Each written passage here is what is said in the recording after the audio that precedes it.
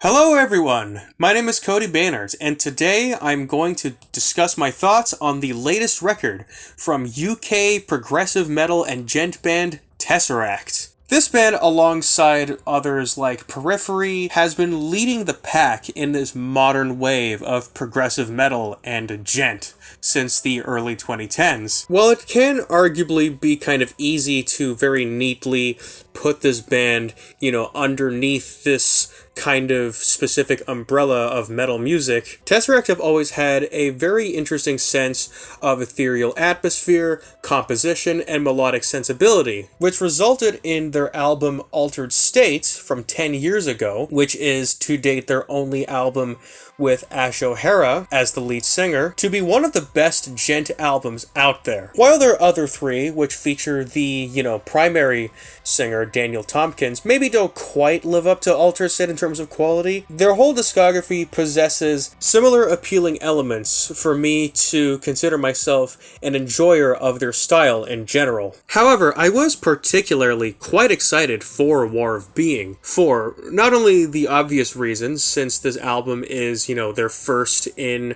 over 5 years since 2018's Sonder, but also leading up to this album's release date, the band seemed like they were really cooking something big and ambitious, for not only is this album their longest to date at just over an hour long, but also they seem to have attached some kind of weird sci-fi themed conceptual universe, along with a video game with the same name as the album, not only to seemingly market this record, but also to supplement said conceptual universe. And so it really seemed like TesseracT have worked on a big, adventurous, hour-long, larger-than-life conceptual masterwork, right? Well, in my opinion, not quite, but I still think there's a lot of really great things about this record to enjoy regardless. The key difference between this album and their past three is the fact that they seem to put a little bit more emphasis on the harsh vocals this time around,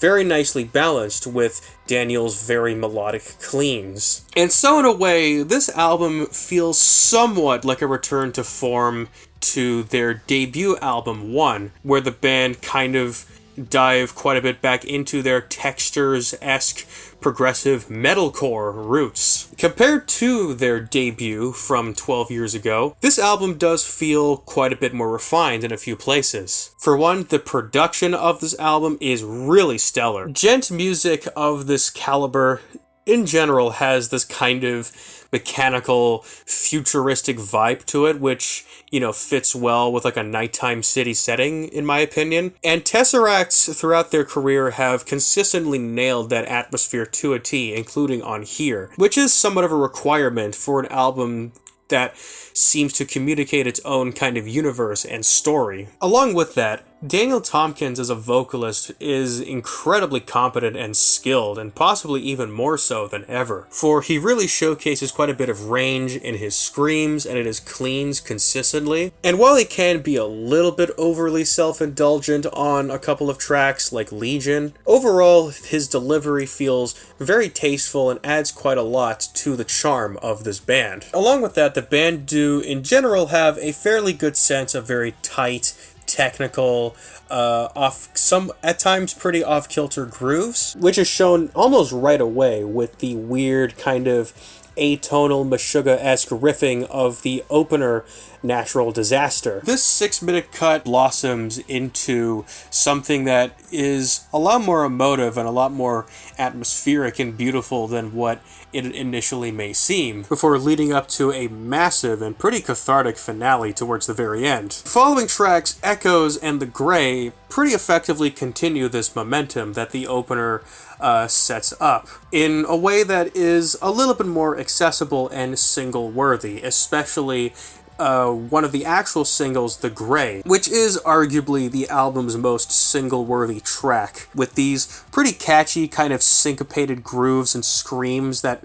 sync up with those grooves, along with a really big memorable hook. As I mentioned before, Daniel Tompkins spends a good chunk of time on the track Legion really kind of showing off his vocal capabilities. And as I mentioned before, sometimes it can feel a little superfluous, but I think it is done mostly very well, especially towards the very end, where he seems to utilize these very intense vocal theatrics to build up tension towards this very anthemic, cathartic finale that unfortunately lasts for only 8 bars. And another issue with both this track as well as the aforementioned The Grey is that these two are tail-ended by these overlong ambient outros that, to me, are just not that sonically interesting to justify how long they drag on for. A solid chunk of both of these songs' respective 6-minute runtimes feel kind of poorly spent. Thankfully, these are the only 2 tracks that have that issue to this extent. Later tracks, such as Tender and Sirens, are these very nice and decently executed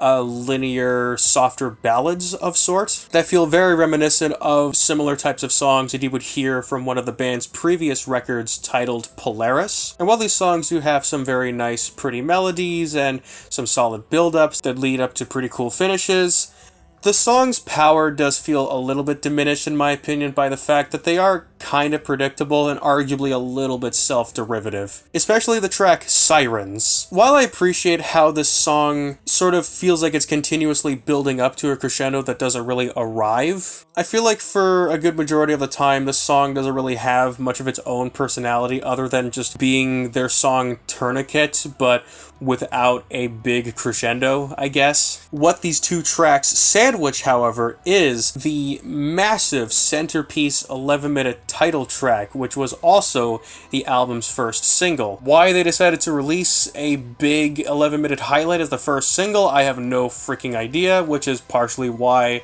I decided to save this song for the context of the full album. And my thoughts on it, it's not perfect. For the majority of the song has this kind of zigzag, back and forth, soft, loud dynamic that can get kind of repetitive towards the middle. That being said, warts and all, this might be the album's best song. There are a ton of great moments and melodies all over the song, very tight and at times very interesting grooves, and a very interesting tempo change around the 6.5-ish minute mark that leads to the band building a solid amount of very emotionally charged tension that leads to an equally emotionally charged finale that showcases Daniel pulling off some very impressive vocal layering that feels kind of Devin Townsend-esque. And really it is this kind of section where this big sprawling 11-minute epic finally kind of comes together towards the very end. That is probably my biggest highlight on this whole album. Unfortunately, after this, things do begin to lose a decent amount of steam, in my opinion. While this isn't super evident right away with the aforementioned track Sirens, by the time we get to the last 2 songs, Burden and Sacrifice, the ideas that the band showcase throughout this record begin to run a little bit thin, in my opinion. This is especially true with the track Burden. The band kind of tried to make the song stand out a little bit, as the band tried to sound kind of funky and implement a little bit more attitude into the delivery of Daniel's vocals, which occasionally have these very weird and sometimes kind of grating Prince-like inflections. But other than that, instrumentally, especially during the song's more heavy and climactic parts, the song feels like it is offering close to really nothing all that new that the album hasn't already been throwing at the listener for the past 45 minutes also more effectively. The album does wrap up on a pretty cool note with the 9.5-minute closer, Sacrifice, which kind of serves a role as this kind of like atmospheric and emotional finale. For the song showcases some kind of almost progressive post-metal style dynamics that don't feel too far off from like the longer songs that I would expect from a band like The Ocean. And on top of that, there's also this really huge chorus to give things an even more climactic feel. And look, this works very well in isolation and it results in a very great song. In the context of the album, as I was kind of alluding to, the song doesn't really feel like it's offering that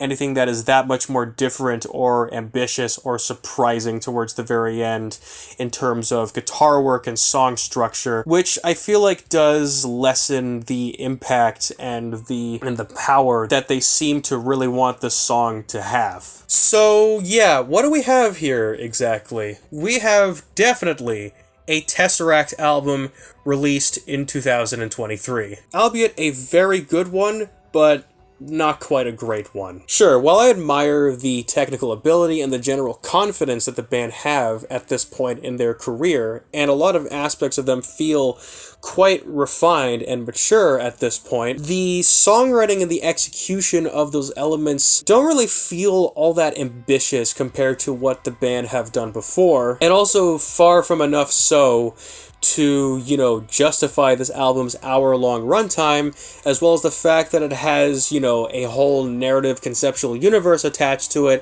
as well as a fucking video game attached to said conceptual universe. Resulting in this album almost feeling, dare I say, kind of safe for what it really wanted to be. Along with that, a lot of what this band tries to do on this record, I feel like has been done a little bit better on previous records, whether it's, slow burn ballads, or long epics, or transitions between songs. The most ambitious that this album really gets is on the 11-minute title track, and even then, not only is the song just 11 minutes of approximately what you would expect from the band at this point, it is also pretty much just one song that gets that level of ambitious, and that one song was the first single of the album, released 2 months in advance. So while I am kind of underwhelmed by this thing, overall, I do still really connect with a lot of the different elements of this band. Enough so for me to